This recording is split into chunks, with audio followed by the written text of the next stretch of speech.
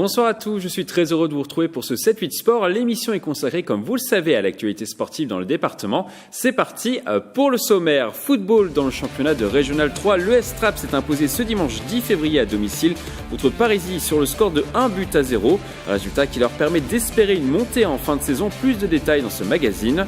Aviron, Thomas Barrault-Kramer, licencié au Cercle Nautique de Versailles, a réussi à emporter la médaille d'argent ce samedi 9 février au stade Charletti de Paris lors des championnats de France Indoor. Une première étape vers les Jeux Olympiques de 2020. Nous le recevrons dans cette émission. Arts martiaux, le maître de karaté Naoki Omi est venu enseigner ses techniques de combat à plaisir lors d'un stage organisé par le Karaté Club Plaisirois. Une cinquantaine de personnes ont participé à ce rendez-vous. Reportage à suivre. L'actualité sportive de la semaine, c'est maintenant sur TV 78.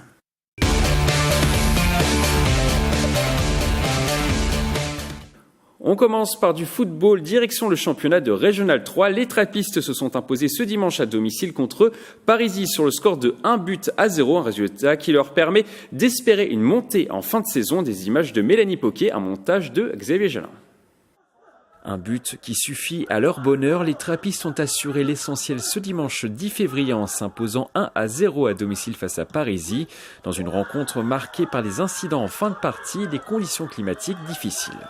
On a réussi à développer un jeu assez peu orthodoxe, comme on dit, parce que le terrain ne le permettait pas trop, mais ça a été. Et le but, il nous a vraiment libérés, et du coup, après, on a essayé de poser la balle pour jouer. Un match engagé, puisqu'un terrain à la limite du praticable, mais un bon match dans l'ensemble où on a su respecter les consignes qui étaient données et une victoire 1-0 qui me semble méritée. Cette victoire était également importante sur le plan comptable. Ce résultat permet à Trappes de conserver son avance sur son adversaire du jour. C'est assez serré au niveau des points. C'était un concurrent direct. Et avec cette victoire, on les met à 5 points derrière nous. Du coup, ça nous soulage et ça nous retire un concurrent pour le titre. À 9 journées de la fin du championnat, Trappes est toujours invaincu avec la meilleure défense. L'équipe pointe à la 2e place de Régional 3. On va prendre les matchs les uns après les autres et à la fin, sur le dernier sprint, s'il y a quelque chose à jouer, on le jouera à fond. Là, l'objectif, c'est de prendre les matchs après les uns après les autres. Je pense qu'en restant solide, on sera une place intéressante en fin de saison. Prochain match pour les Trappistes ce dimanche 17 février à domicile contre Franconville. L'occasion d'étendre cette série d'invincibilité à 14 matchs. On continue par du football et le championnat de première division de district. Plaisir et Maurepas se sont séparés sur un score nul et vierge 0-0. Ardrécourt et Montesson se neutralisent un but partout. Le FC Mantois et Marly-le-Roi sont repartis 2-2, 2 partout. Le Chénet remporte une précieuse victoire sur le terrain de Carrière-Grésillon 1-0. Sartrouville n'a pas fait de détail en s'imposant 4-0 à domicile contre Gargenville. Le championnat est toujours dominé par Houille qui n'a pas pu jouer ce week-end le choc contre son dauphin à Guyancourt. Il y avait également du football, mais cette fois-ci américain. Ce week-end, les Templiers d'Élancourt ont enregistré leur 3e victoire en 3 matchs dans le championnat de 2e division. Les Élancourtois se sont imposés samedi soir à domicile face au Myrmidon de Savigny-le-Temple. Le score 26-7, une victoire qui leur permet de prendre la tête de la poule B de la Conférence Nord. On écoute le président des Templiers d'Élancourt, Joël Da Silva. 3 matchs, 3 victoires. Donc pour l'instant, on est sur les objectifs fixés, qui est de se qualifier dans un premier temps pour les playoffs. Donc pour l'instant, tout s'emboîte correctement. La semaine prochaine, on va à Villeneuve-d'Ascq chez les Vikings de Lille. Donc voilà, pour l'instant, tout est en ordre de match. Après le foot US, du rugby dans le championnat honneur, Versailles n'en finit plus de gagner. 13e victoire en 13 matchs pour les Versaillais qui se sont cette fois-ci imposés dans la douleur sur le terrain du RC Paris 15. Le score 15-11 pour les joueurs de la Cité Royale qui restent en tête du classement avec, écoutez-moi bien, 21 points d'avance sur le second. Autant dire que la montée n'est plus très loin pour les Versaillais. Toujours dans le championnat honneur, mais cette fois-ci dans la poule 2, le Sky Rugby s'est incliné sur le fil 16-15 sur son terrain ce dimanche. Leur bourreau du jour, le RC Vincennes. Au classement, le Sky Rugby est quasiment assuré d'être sauvé et 6e avec 30 points à 4 points de la 4e place. Un étage plus bas dans le championnat de promotion honneur, l'AS Montigny-le-Bretonneux a remporté une précieuse victoire à domicile contre son voisin, le rugby sélois chénésien. Le score 39-23, une victoire qui permet aux Igny-Montins d'être 2e du championnat à 4 points de la place de leader détenue par Aulnay. Nous allons maintenant parler aviron. Thomas Barouk, rameur licencié au Cercle Nautique de Versailles, a réussi à remporter la médaille d'argent ce samedi 9 février au Stade Charletti de Paris sur 2000 mètres lors des championnats de France indoor. Il a terminé à 3 secondes 4 du premier Pierre Ouin. Pour nous parler de cette performance et de ses objectifs de la saison, nous recevons sur ce plateau Thomas Barouk. Bonsoir. Bonsoir. Alors, est-ce que vous êtes satisfait de votre rentrée ? Plutôt, oui. La place me met de fait dans les deux premiers et donc les deux prétendants principaux pour monter dans le bateau olympique. Le chrono, lui, me laisse un petit peu dubitatif. Je suis un petit peu surpris du résultat que je vois à la fin de la course. Il y a quelques secondes de trop pour être satisfait. Alors, je rappelle que la compétition s'est faite sur des rameurs, on va dire, statiques. Oui, c'est ça. Vos rames habituelles. C'est la discipline indoor. Alors c'est un peu particulier, c'est très différent de ce qu'on a l'habitude de faire. C'est avant tout un effort physique. Alors bien sûr qu'il y a un aspect technique, quand on mettait quelqu'un qui est un novice sur un rameur d'intérieur, effectivement il a des choses à apprendre pour que son geste soit correct, mais pour nous il y a beaucoup moins d'aspect technique que ce qu'il peut y avoir en bateau. On va dire qu'il n'y a quasiment pas d'inconnu, il n'y a pas de paramètres extérieurs à gérer, c'est avant tout un effort physique. C'est plutôt un effort pour le chrono, finalement ? C'est très clairement un effort pour le chrono, surtout que c'est vraiment un très bon indicateur de notre état de forme. Ça vient vraiment valider le travail hivernal qu'on a pu faire et voir si on est dans les clous pour la suite de la saison. Justement, est-ce que vous pouviez faire mieux avec votre état de forme actuel ? Oui, clairement, j'espérais faire mieux. Alors pas de beaucoup, mais j'espérais gagner entre 1 seconde et demie et 2 secondes par rapport au chrono que j'ai fait. Alors ça peut sembler pas grand-chose, mais c'est quand même très compliqué d'aller chercher ce genre de chrono.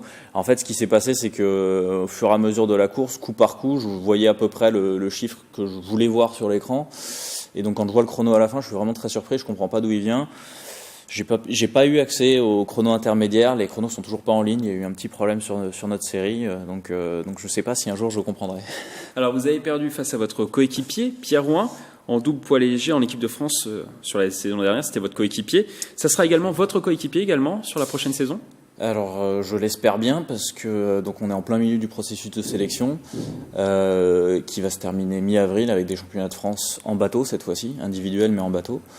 Pierre est champion de France, donc ça paraît être l'homme avec lequel il va falloir compter pour le reste de l'Olympiade même. C'est l'homme de base du double et derrière lui on essaye de trouver le coéquipier qui fera en sorte que le bateau aille le plus vite possible.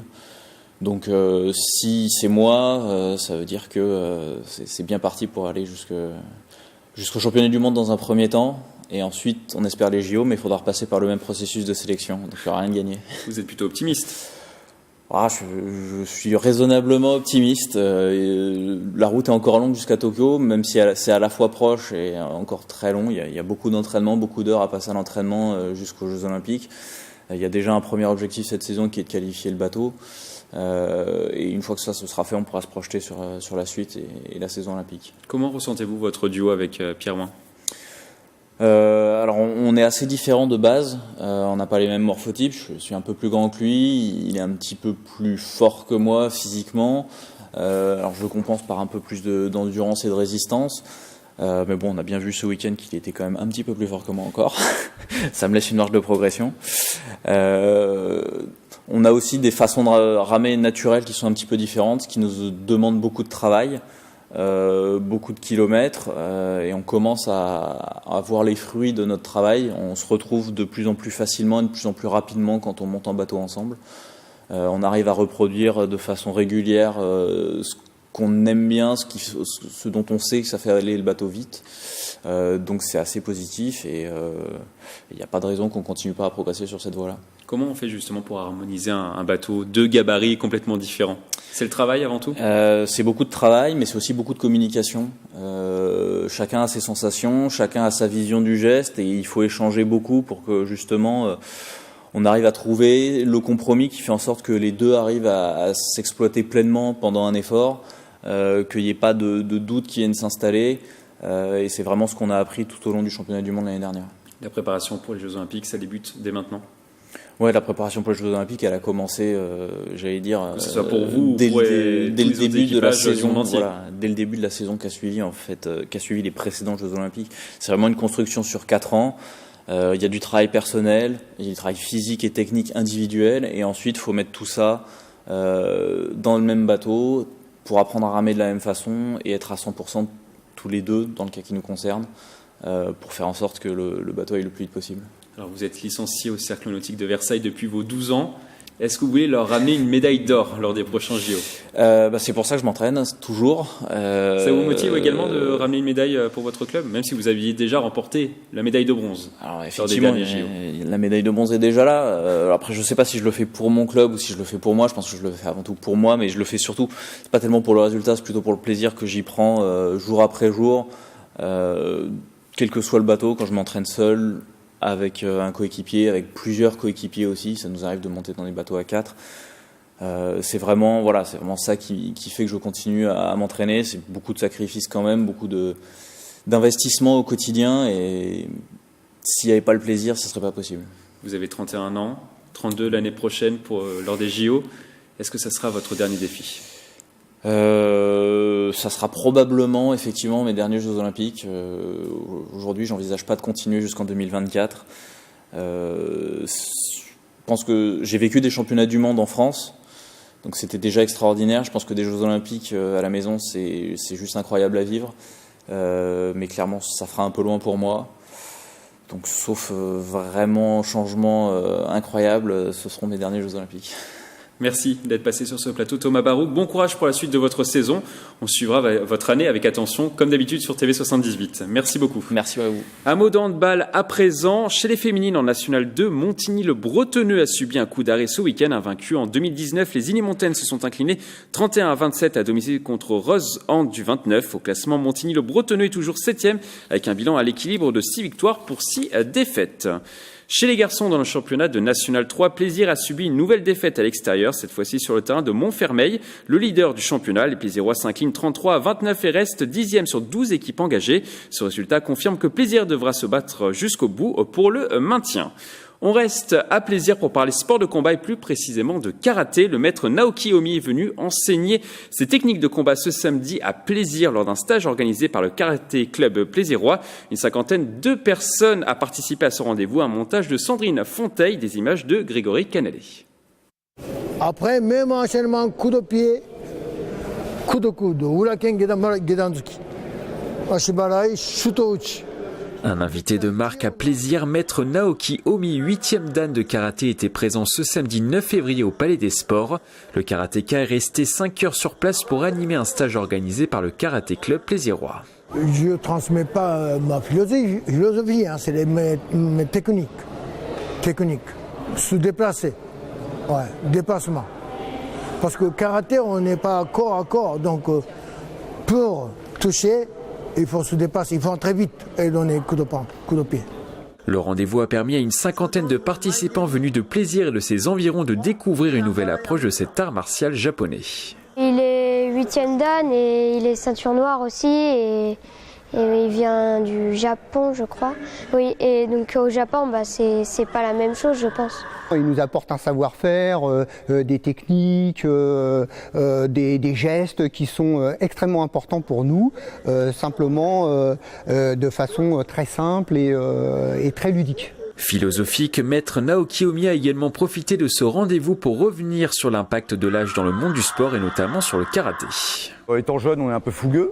Et en vieillissant, on adapte en fonction de sa morphologie, de sa santé. Mais par contre, notre technique va s'affiner et être de plus en plus efficace. Maître Naoki dit régulièrement, sans le trahir, il dit souvent je suis plus puissant qu'avant, je fais moins d'efforts qu'avant. Après maître Naoki Omi, un nouvel expert national en karaté devrait revenir à Plaisir le 18 mai prochain. On continue à parler de sport de combat. Coup de projecteur sur le club de taekwondo de Trappes, une structure qui arrive à sortir des jeunes talents chaque année. Nous recevons sur ce plateau le directeur technique Jawad Chouba, Khalida Haddad, junior première année, Louis Georgera, je ne l'ai pas écorché, c'est ça ? C'est bon. Voilà, senior première année, le président Yann Burel, bonsoir. Bonsoir. Alors avant de parler du club, on va parler de taekwondo. Qu'est-ce que c'est ? Pour les personnes qui ne connaissent pas encore le taekwondo. Le taekwondo, c'est un art martial coréen qui date du début 1900, d'après-guerre, qui est sport olympique depuis depuis 2004 à Athènes, je crois. Même 2000 2000, oui, à Sydney, pardon. 2000 à Sydney, voilà. Et ça a été un sport de démonstration à Séoul en 94, enfin au JO de 94. Donc, voilà. Ça, pour ceux qui connaissent pas, ça ressemble au karaté, là. Sauf qu'il y a beaucoup plus de techniques de jambes. C'est assez spectaculaire. Comme vous pouvez voir là sur la photo avec Khalida. On voit les images justement. Voilà. Donc voilà. Alors, président, pourquoi ça fonctionne aussi bien au club de taekwondo de Trappes? C'est une bonne question. Je rappelle quand même, récemment au tournoi Avenir Occitanie-Rodez, sur 12 compétiteurs présents, 9 sont revenus avec des médailles. Au championnat de France Espoir, 2 compétiteurs ont décroché des médailles. Comment expliquez-vous ces bons résultats? La jeunesse dynamique de la ville, déjà. C'est vrai qu'on a un vivier à Trappes important, beaucoup de jeunes natifs de la ville, avec beaucoup d'énergie. Donc ça nous amène un vivier régulier pour la pratique du sport. Après, la dynamique du club instaurée depuis quelques années. La dynamique instaurée par Jawad ici, qui organise beaucoup de déplacements, donc beaucoup de compétitions pour les jeunes, pour qu'ils puissent acquérir, malgré leur jeune âge, déjà une belle expérience. Donc Khalida, qui a déjà quelques années derrière elle, a déjà fait beaucoup de compétitions. Louis, qui est un peu plus jeune dans le club, a déjà aussi pas mal tourné au niveau national.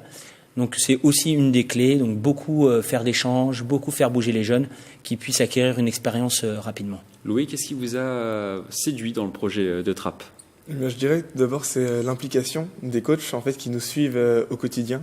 Vraiment à l'entraînement, ils vont réussir à faire ressortir cette partie de nous qui va nous permettre d'exceller par la suite et de décrocher des médailles.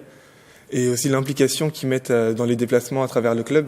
Je trouve ça assez gratifiant parce qu'ils se déplacent, ils prennent du temps dans leur vie pour qu'au final on puisse nous réussir et on voit que ça paye, donc ça fait toujours plaisir. Khalida, même chose? Je dirais, j'essaie tout d'abord remercier mes coachs parce que ils ont toujours été derrière moi, m'ont fait ressortir mes qualités et aussi mes défauts pour ensuite réussir dans les compétitions. Jawad, ils veulent un petit peu moins de travail lors des prochains entraînements apparemment. Ouais, je crois bien.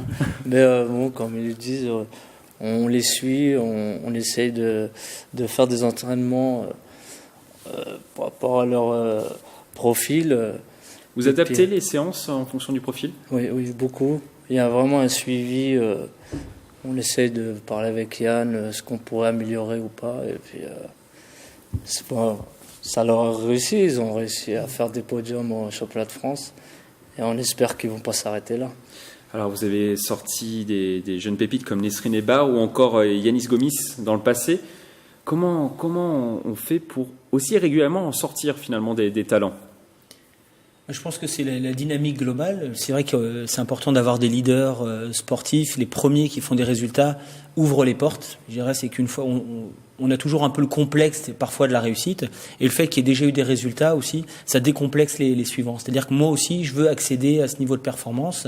Et donc, je vais me donner les moyens pour faire comme les grands. Et moi aussi faire des podiums. Qu'il y a un plafond de verre qui a été brisé peut-être avec ces je pense que ça peut jouer aussi.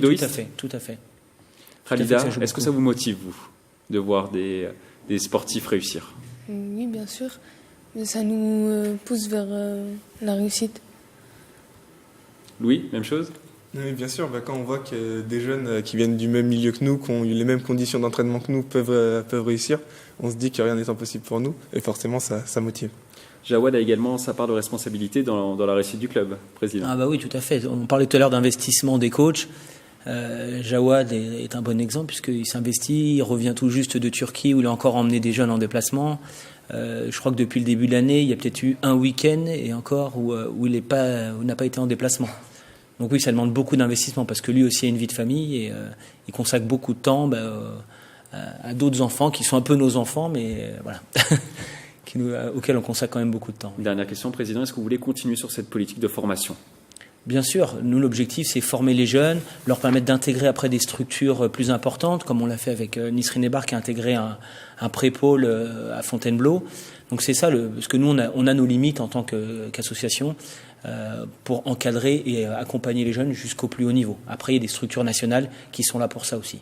Le prochain rendez-vous pour ces jeunes, Jawad? Pour ces jeunes, c'est dans 2 semaines, le tournoi Avenir de Paris, qui est un parcours de positionnement pour intégrer l'équipe de France et faire des déplacements. Voilà. Merci à vous d'être passé sur ce plateau. N'hésitez pas à nous solliciter si vous organisez d'autres événements, voilà, ou s'il y a d'autres médailles chez les jeunes pépites de Trappes. Merci beaucoup. Merci de nous avoir reçus. Avant de passer à notre chronique junior cap sur la colline d'Elancourt, un appel à projet a été lancé pour aménager le site en vue des prochains Jeux Olympiques de 2024. La colline haute de 231 mètres va accueillir les épreuves de VTT sur ces 52 hectares, conformément au cahier des charges olympiques. Des tribunes pouvant accueillir 3000 spectateurs vont être créées. 20 000 places seront aussi créées le long du parcours. Le projet devra également prendre en compte l'après-Jeux Olympiques. Les candidats ont jusqu'au 4 mars pour participer à cet appel à projet. Le lauréat sera connu d'ici la fin de l'année. Comme chaque mois, nous recevons sur ce plateau Mélanie Poquet, notre chroniqueuse, qui nous présente à chaque fois des rendez-vous pour les juniors. Et oui. Bonsoir Mélanie. Bonsoir. Alors aujourd'hui, ce soir, on mélange l'art et le sport avec la natation synchronisée. Et oui, c'est un sport peu connu dont on parle en général qu'au moment des Jeux Olympiques. Mais à Vélizy-Villacoublay, un club enseigne cette discipline. Il accueille les enfants dès l'âge de 3 ans. Les entraînements ont lieu tous les samedis midi, 1 heure de cours où bien sûr la première leçon c'est d'apprendre à nager. Puis les entraînements s'allongent, ça passe à 3 heures avec le mercredi et les plus grandes travaillent après quasiment chaque jour de la semaine. Écoutez Aurélie, l'une des entraîneurs du club.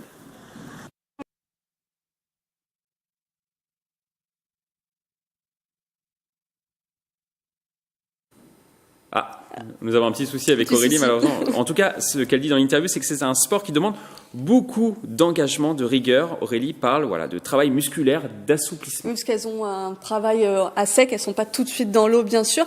Mais pas de panique, la compétition peut se faire dès 6 ans. Les plus jeunes vont faire des petits exercices. Les nageuses ne feront pas tout de suite les figures, parfois spectaculaires des plus grandes, comme on peut le voir souvent dans les compétitions. Mais il y a tout de même, à la fin de l'année, le gala. C'est surtout une initiation à la natation synchronisée. C'est un sport pour les jeunes filles, en tout cas, qui est très complet. Parce qu'on leur demande à la fois d'être gracieuses, on leur demande d'avoir de la force, il y a une écoute musicale, il y a aussi le fait d'être en équipe, c'est quelque chose qui est assez intéressant. Alors vous l'aurez peut-être remarqué, j'ai beaucoup utilisé le mot « elle », mais il faut savoir que la natation synchronisée est bien sûr ouverte aux garçons. Le club de Vélizy vous attend. Donc pour les garçons et pour les filles. Merci beaucoup Mélanie. On vous retrouvera le mois prochain pour une nouvelle chronique consacrée au sport pour les petits. On passe maintenant à notre page agenda.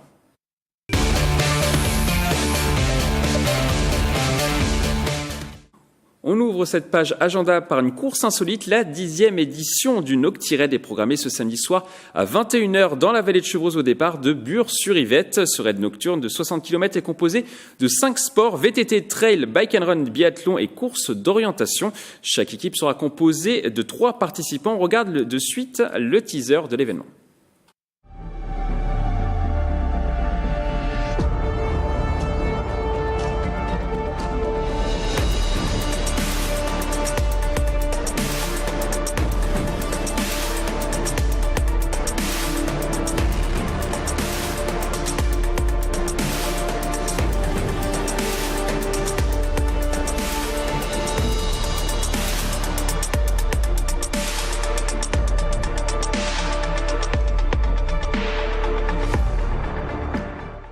Plus d'informations sur le Noctiride sur le site qui s'affiche en bas de l'écran. Une autre course va rythmer le département ce week-end. Le 38e Cross de la Sablière se déroulera ce dimanche 17 février à partir de 9h30. Au programme, 5 courses par catégorie d'âge des poussins aux vétérans. Le rendez-vous phare sera un cross long de 11 km avec des dénivelés dans la forêt de Meudon et de Versailles et des départs de Viroflay. Les organisateurs attendent plus de 500 participants sur cette course. Au programme également ce samedi dimanche du tir à l'arc. Les archers de Guyancourt organisent le championnat régional adulte de tir à l'arc en salle. Le rendez-vous sera organisé au gymnase Maurice Baquet de 8h à 22h30 le samedi et de 9h30 à 16h45 le dimanche. Plus de 300 archers classés parmi les meilleurs en Ile-de-France seront présents pour cet événement.